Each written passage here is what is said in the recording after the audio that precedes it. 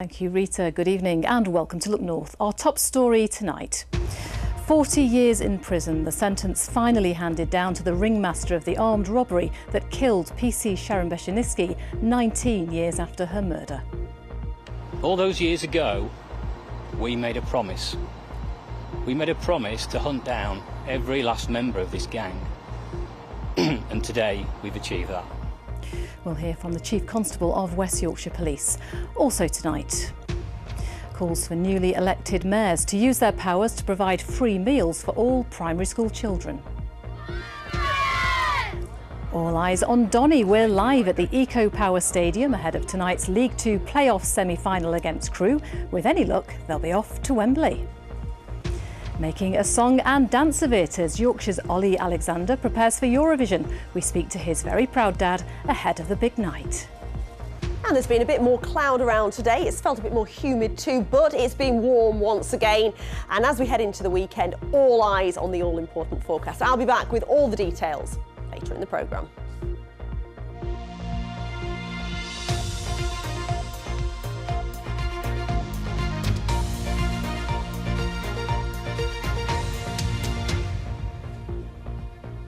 Thank you for joining us. First tonight, almost 20 years since PC Sharon Beshinitsky was shot while answering a call to help in Bradford.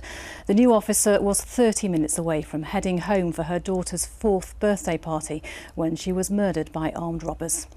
Today, the man who masterminded the armed robbery has been sentenced to 40 years in prison. Her family and colleagues were in the courtroom as he was handed his sentence. Our Home Affairs correspondent Emma Glasby has more. 75 years old and starting a life sentence in prison. This was the moment Pirandita Khan was finally brought back to West Yorkshire to face justice. On the 18th of November 2005, murdered Police Constable Sharon Beshinitsky. Have you any reply to that charge? Do you wish to say anything? I'm not murdering anybody. Today he was given a minimum 40-year prison sentence for organising the armed robbery which ended with PC Sharon Beshinitsky being murdered on a Bradford street. Police Constable Sharon Beshinitsky's courage and commitment to her duty that day cost her her life.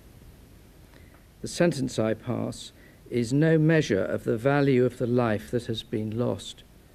That is beyond measure, and no sentence I pass can put right what you have done. It was back in 2005 that PC Sharon Beshinitsky was killed. She was responding to a silent alarm at a travel agent's when she was shot dead by robbers, and her colleague PC Teresa Milburn was seriously injured.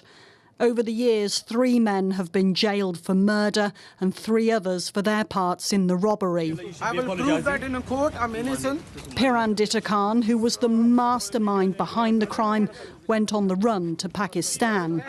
He was extradited to the UK last year, and today PC Beshinitsky's family was in court to see him sentenced. November 2005 was the start of an almost 19-year journey. A journey seeking truth and justice for Sharon, who was not just a police officer, but a loving mum, wife, daughter, sister and friend to many. Our journey seeking justice and closure of the judicial process is now at an end. Police officers serving and retired were also in court today, an emotional day for the West Yorkshire Force. All those years ago, 2 mums set out to work. 2 ordinary people doing extraordinary work for the public, protecting them and keeping them safe. 1 didn't return home, and 1 didn't return home in the same way. All those years ago, we made a promise. We made a promise to hunt down every last member of this gang. And today, we've achieved that. PC Sharon Beshinitsky was murdered on her daughter Lydia's 4th birthday. Today, Lydia cried in court as she heard how her mother died on the pavement outside the travel agent's. In a statement that was read to the court, Lydia said she doesn't have many memories of that day, but she's been told she screamed her head off when she was told that her mother had died. She said of her mother, "I often think she was a hero and paid the ultimate sacrifice." As her statement was read, Lydia was watching Pirandita Khan, but he showed no emotion and stared straight ahead. Today ends one of the most difficult and long-running investigations for West Yorkshire Police. Those who loved Sharon Beshenivsky say they will now move forward, knowing justice has been served. Emma Glasby, BBC Look North at Leeds Crown Court.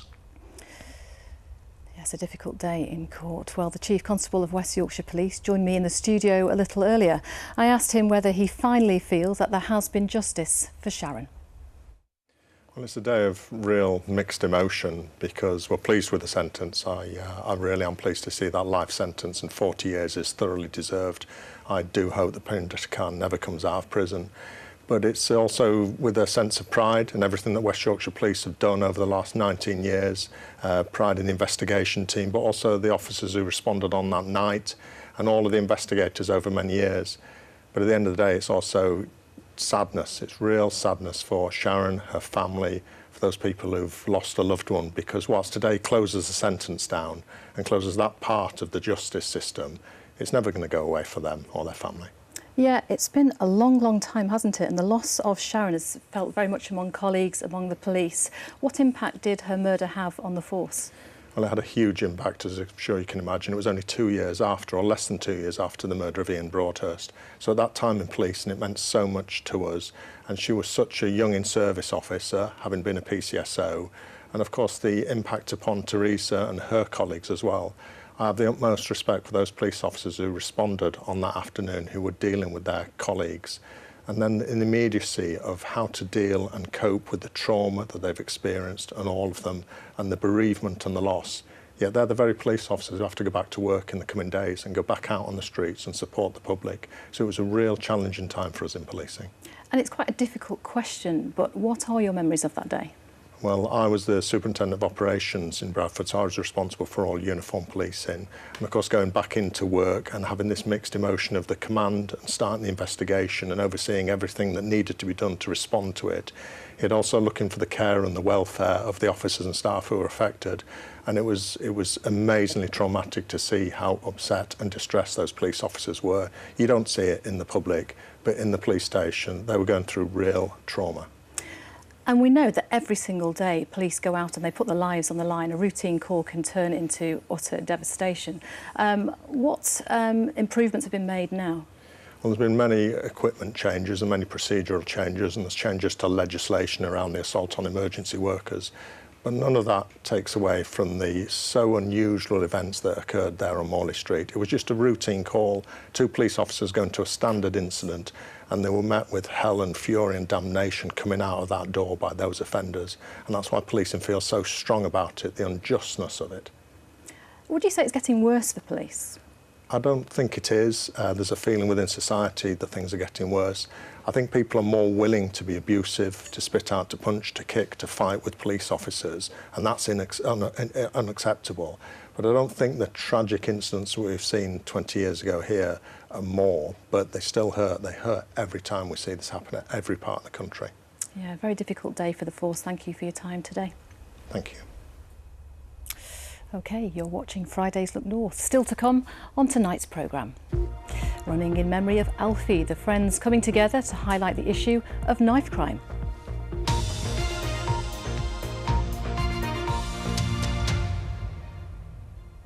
Next tonight, the husband of Kulsuma actor who was fatally stabbed as she pushed her baby in a pram in Bradford last month is to stand trial for her murder in December.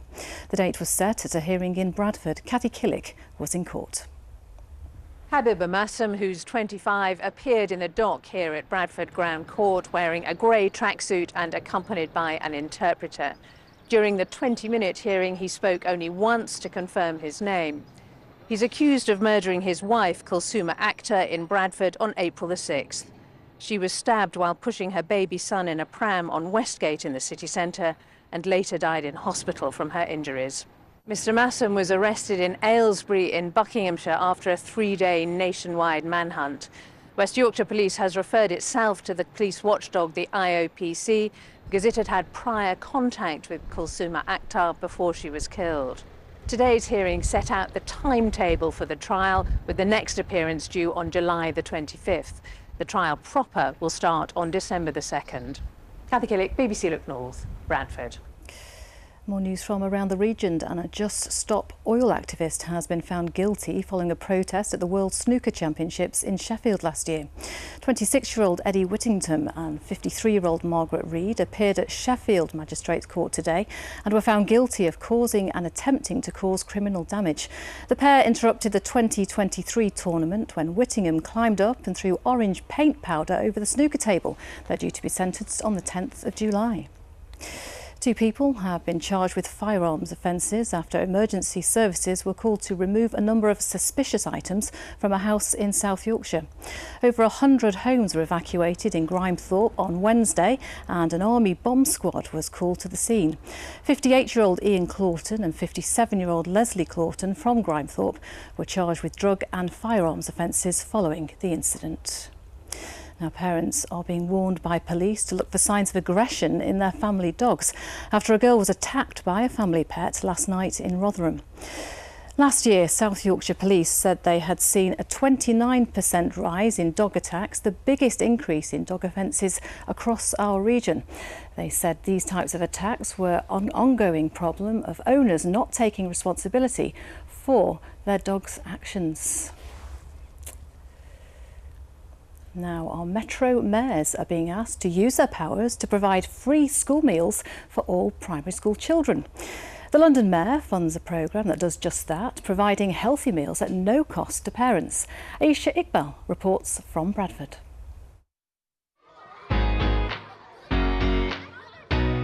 I think it's not fair how London get healthy meals and they don't need to pay at all, and how Bradford over here, we have to pay for our meals. If I was the mayor, which I want to be, I would make all the schools in Bradford not have to pay for food. I feel like it's unfair and it's kind of biased. Out of the mouths of babes, as they say, but it's what goes into these youngsters' mouths and who pays for it that poverty campaigners are currently concerned about. It's all right for those in London. Their mayor gets £20 billion a year to spend and the powers to decide how to spend it. Today's not about making history.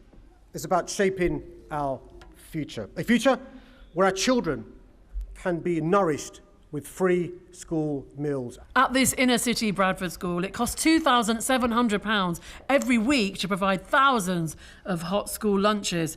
Those costs have shot up by 20% in the last 4 months alone. If it wasn't funded properly, that's going to have an impact on all schools because it has to come from somewhere. So if it becomes law that we have to do it and we don't get funded, that money's going to come from some other aspect of school life, the curriculum, staffing. It'll have an impact. The government says more than 2 million children are now eligible for means-tested free school meals. Those numbers have shot up by 40% since the pandemic. But food poverty campaign group The Food Foundation says the earnings threshold for qualifying is way too low. There is really strict eligibility criteria for the government's national free school meal scheme that mean that there are hundreds of thousands of children across England who are living in poverty, but they don't qualify for free school meals. And so we're calling on the Metro mayors across England to champion the expansion of free school meals and remove that postcode lottery. The mayors of Yorkshire are already facing multiple funding pressures as they start their new terms in office. But these youngsters want them to prioritise feeding their future hopes and satisfying their appetites for fairness. Aisha Iqbal, BBC Look North, Bradford. Yes, lots to discuss on that topic. Well, a spokesperson from the Department of Education said they'll keep reviewing the distribution of free school meals to support those who need them most. And there's more on that story on this week's Politics North. That's Sunday morning at 10 o'clock here on BBC One. Do tune in. Now from school meals to sport, and I think it's time we talked about Doncaster Rovers. Everyone else seems to be doing exactly that, because Rovers' run of matches without losing is now at 13, including 10 straight victories. As a result, they're now on the brink of reaching Wembley and a playoff final that could see them promoted to League One. Ahead of tonight's semi-final second leg, Paul Ogden is at the Eco Power Stadium for us tonight. 2-0 ahead from the first leg on Monday at Crewe. Tonight, ahead of the home leg, nobody really expects Doncaster Rovers to blow their ticket to Wembley in the playoff final against either Crawley or Milton Keynes Dons. Not least this gentleman. And I'll tell you about Paul, notorious Doncaster Rovers follower. He told us in August that Rovers are going to make the playoffs. Am I right? We played Everton down here, and Kitty and myself said to you that we were going to go up that league and we were going to get into the playoffs and get promoted, and you said, really? And I hope you play that back on Look North for us anyway, but we are doing it. We're there. We're now, with 90 minutes away from getting to Wembley. We're going to do it. We're going to get to Wembley. We're going to be in League One. So watch out, Rotherham and Barnsley, we're coming for you. And Huddersfield Town in League One. They keep reminding me of that as well. And Paul, if only we had listened to you earlier in the season. I want to know from you, Kitty, how it's happened, this turnaround. That Rovers were actually 22nd in the table or something like that in the early spring. I'll tell you how it's happened. Because we've got a damn good manager. The team that we've got, they're playing together. They understand one another, and the players a team. Doncaster Rovers, brilliant. And the atmosphere so far for the home games. What are you thinking about tonight in terms of the feeling? Is there any fear, Kitty? No, it's important. And I'm very nervous, but there's no fear. No fear. I shall be singing along tonight. It's absolutely amazing. And I'm already thinking, Melanie, about the following at Wembley that is going to be happening a week on Sunday for the final, surely. Absolutely. This stadium tonight's going to be rocking and bouncing. And week on Sunday, absolutely. Get your cameras down there. Doncaster Rovers, we're coming for you. Wow, fantastic. Les, thanks for being with us as well. How long have you been a Rovers follower? Oh, about 15 years now. Drive the Bells and the supporters on their away games. Drive the Bells team coach, but this is something really, really special happening here under Grant McCann. Keep an eye on this space. We've got Grant McCann. We've got Grant McCann. Can you keep him though? Seriously, Paul, can you keep him? Yes, we can do. He's not going anywhere. He's not going to Sunderland. There's rumours he might go to other places. Grant wants to stop here. And Wembley, here we come, up the Rovers! Let's ask one serious question. Can they do it in League One as well? Yes. Why not? Yes. Why not? With this manager and this team, yes. These people need no convincing. In League One, they'll be up against Huddersfield Town. If you missed the breaking news, new manager incoming for Huddersfield Town. We don't know who that is. The reason is that Andre Brightonwriter has left his position tonight. After 13 matches in charge, he's not going to be going into League One with Huddersfield Town. Watch this space. We will indeed, and 90 minutes away from Wembley. There you go, we'll have to wait and see, won't we? Now, sticking with sport, and it's the Burrow Marathon this weekend in Leeds. Over 10,000 people took part last year, and it was a runaway success. Well, last year, over £1 million was raised for the MND Association, with Kevin Sinfield carrying Rob Burrow over the finish line. Who can forget that? This year, they've announced that Rob will be there to meet Kevin as he finishes the race. Kevin says he was thrilled to be taking part again. The spirit amongst everybody was so special, something I'd never felt before, and on top of that, everybody raised over £5 million collectively, so it was a massive effort from the City of Leeds and the people who were here and present, and let's do it all again. Yep, a massive effort indeed. Well, Rob Burrow has sent a special good luck message to all those taking part. Hi everyone, it's Rob. I just want to wish all the runners taking part in this year's Rob Burrow Leeds Marathon and Half Marathon the very best of luck. Although I won't be taking part in the marathon this year, I will be there at the start line to cheer you on. Make sure that you enjoy the day and keep smiling. Thank you to everyone taking part and good luck. And thank you, Rob. Now, many of those running this weekend are doing so for a special cause. One close-knit group of friends say they want to highlight the issue of knife crime after suffering a devastating loss last year. Corinne Wheatley went to meet them. One last gentle jog in the park before race day. On Sunday, 15 runners on the starting line for the Leeds Half Marathon will be in matching orange T-shirts. in memory of Alfie Lewis, who was stabbed and killed in Horsforth last November. Obviously we've been struggling, the family's been struggling, so all the family together have always wanted to do something that's good and positive. My granddad and my aunties are all doing something else, and we're running Harrogate. I thought I'd go for the more challenging one and do the half marathon with my mates. Alfie was just 15 years old, the #1 fan of his big brother's football team. He's wearing their kit in this photo taken the day before he died. Anthony says his best mates have helped him through the last 6 months, and now they're all taking on the 13.1 mile challenge together to send a message about knife crime. It's not big, it's not hard, it's not clever. It can break families, it's heartbreak, it can take children's lives that don't deserve to be taken. It's become a lot more prominent in the younger ages, so we'd like to be able to make as much awareness, and when you see the orange top running around, realise what we're doing it for and who we're doing it for as well. So obviously I've got the tattoo of my mum and Alfie on my arm, so obviously when I'm running through I know that they're on my arm by my side the whole way through. So it's my fist and then Alfie's fist obviously putting together, him coming from the sky around the clouds, and obviously mine going up to him. Obviously when this tragic thing happened, it made us want to do something to make awareness of what's gone on, and just to prove that we can do something like this for him, for Alfie, and just to show support to the family because we love him so much. Right, go! Anthony and his friends are used to running on the football pitch, but most have never done a half marathon before, except for more experienced runner Luke, who's keeping them on track. No going on long walks, no runs, no nothing. This is the final run until we go. Let's do it, let's do it. For Alfie. Go. The group are raising money for anti-knife crime charity the Ben Kinsella Trust, and there'll be one thing in Anthony's thoughts. Alfie and my family, I know they're all going to be there to support, and Alfie will be watching down on us. So I just want to get it completed, get it done, and get into the pub to have a drink after and celebrate. With the training done, they're ready, knowing that even through the toughest challenges, they're not running alone.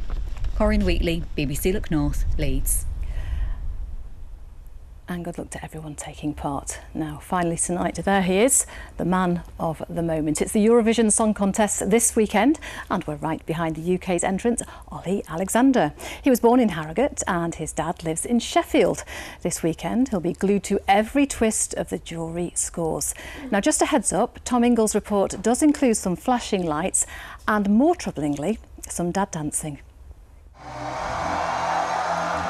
You're watching a man push the boat out. Tomorrow night, David's heart will be going boom, bang, bang as he watches his son Ollie rep the UK at Eurovision. When he was very young, he used to stand in front of the television, MTV, when Steps were on and S Club 7, and he would like emulate all the movements and copy the whole thing. What was the road for Ollie between performing in front of the telly as a toddler and actually getting up on that stage? He stuck with music for a long time, but then he moved into acting and he did some stage work. But the music and the acting were always a sort of bit of a tension between him, I think.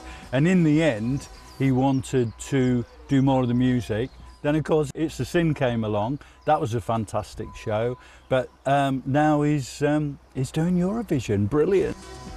David only found out congratulations were in order with the rest of us. Since then, he's been in a state of euphoria. It's good for dad dancing, isn't it? I mean, Absolutely, it's just, yeah. Nothing wrong with a bit of dad dancing. I'm working my neck. Oh, yeah. You can feel the beat all the way through. I'm voting. I've got my 12 points ready. It's all right. Yeah. Can we have a lie down now? Yes, I've danced too much right there. Thanks, Ollie. I need one of them sky hooks. It didn't take him long to make his mind up about how he wanted to mark this fairy tale. No, well, I did think about going to Sweden, but then I thought, no, I'm going to buy myself a great big television, get some friends round to the house, and we're going to have a party. So that's what we're doing Saturday night. Eurovision is very competitive. What are the chances? I think it's a fantastic song. It's got plenty of energy. It's got a good beat to it. There's some strong contenders out there, but you know what? Whatever happens, he will always be a superstar as far as I'm concerned. You've got the T-shirt. Let's just have a look. Yeah, do not adjust your TV set, folks. It's supposed to look like that. My guess is actually that will come into focus when enough alcohol has been consumed. It may very well. So, is this corner of Sheffield excited? Just a little bit. Tom Ingle, BBC Look North, Sheffield. Oh, we're all excited and I am making my mind up. Ollie is going to win. Did you get that reference? I've got that reference, Bucks yes, fizz. thank you. Very cool. Yeah, you're not that young. On to the weather, sorry. Leeds Marathon, how's it looking? Sunshine?